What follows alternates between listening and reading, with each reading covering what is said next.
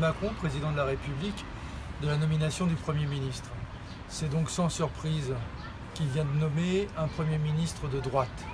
Je vous rappelle que nous avons, avec Elsa Faucillon, mené une belle campagne pour la candidature de Jean-Luc Mélenchon et nous avons obtenu d'ailleurs dans notre ville et dans la circonscription un excellent résultat.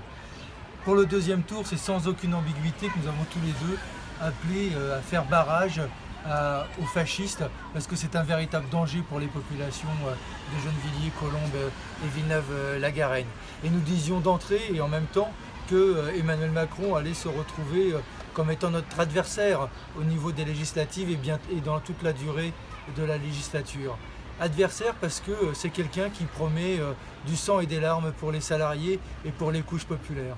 La preuve, en nommant Premier ministre un député maire du Havre qui est aux Républicains, c'est vraiment le choix de la droite. Il a nommé aussi sur la circonscription de Colombes, Gennevilliers et Villeneuve-la-Garenne une candidate à la députation en son nom, Isia Calfi, qui est avocate dans le 16e arrondissement de Paris.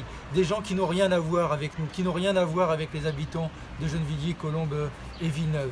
Par contre, c'est des gens qui ont tout à voir avec ce qu'ils entendent par cette idée de libérer le travail, c'est donner plus de cadeaux au patronat et plus de difficultés aux salariés. C'est vouloir gouverner par ordonnance pour empêcher les gens de pouvoir dire leurs mots et en tout cas aux salariés de s'exprimer. Ils veulent prolonger la politique libérale du gouvernement Hollande et Valls qu'ils avaient fait avec la loi El Khomri et aussi sur leur tentative d'alléger le code du travail.